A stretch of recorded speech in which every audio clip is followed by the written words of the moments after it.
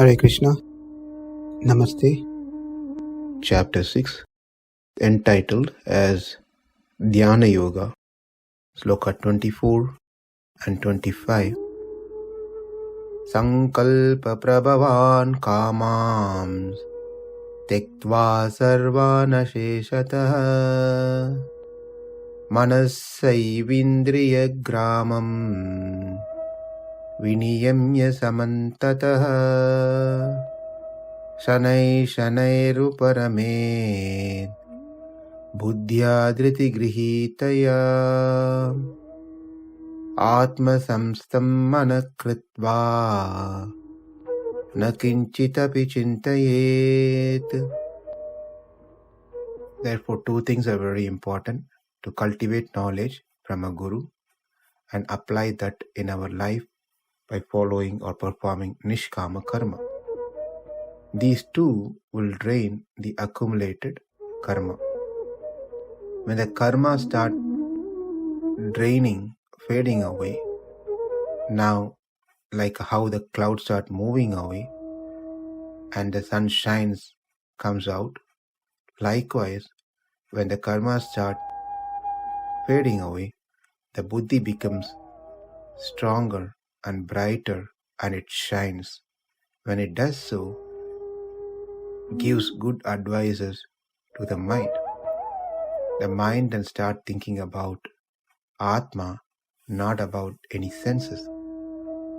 This is the only possible easy option for everyone to follow the instruction given and do their karma yoga and stay connected with a bona fide spiritual master, guru, hear from him regularly with faith and perform the action based on the instruction and guidance.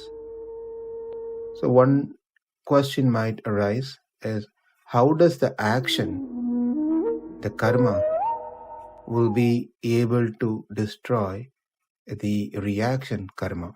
How is that possible?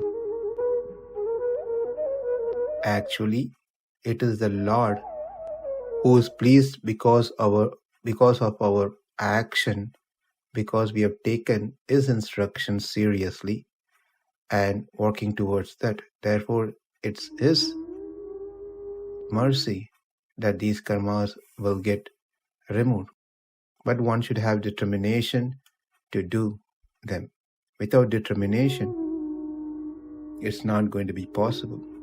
There is an example that's been given in the purport by Srila Prabhupada that a sparrow who lost her eggs in the waves of the ocean, the sparrow became very, very upset and asked the ocean to return her eggs. The ocean did not even consider her appeal. So the sparrow decided to dry up the ocean. She began to pick out the water in her small beak. Of course, everyone laughed at her for her impossible determination. When is she going to ever dry up the ocean with her small beak? Somehow this news reached Garuda, the vehicle of Lord Vishnu. Out of compassion to this small sister bird, Garuda, who was pleased by the determination of this small sparrow, helped this sparrow by ordering and threatening the ocean. And Garuda asked the ocean to return the eggs back, and it happened. Likewise, what is required from us is to have the determination wanting to attain Atma or Paramatma, depends on our desire. And based on our desire,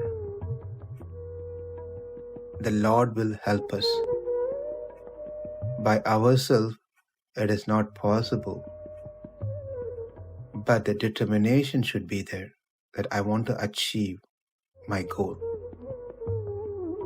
When the determination is there, and when we put our action towards that, then the Lord who is pleased will certainly help us.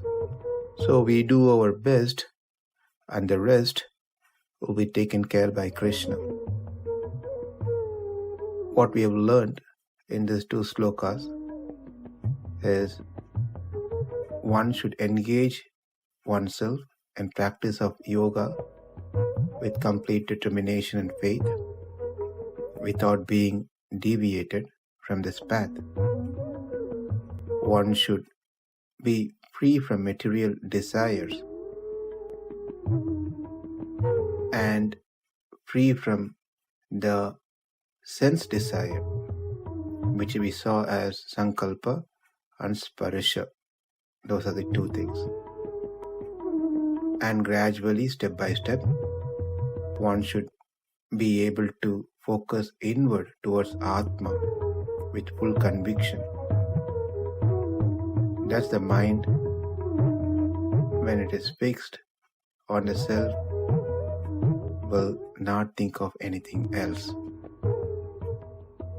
So we've been seeing this one for past few days.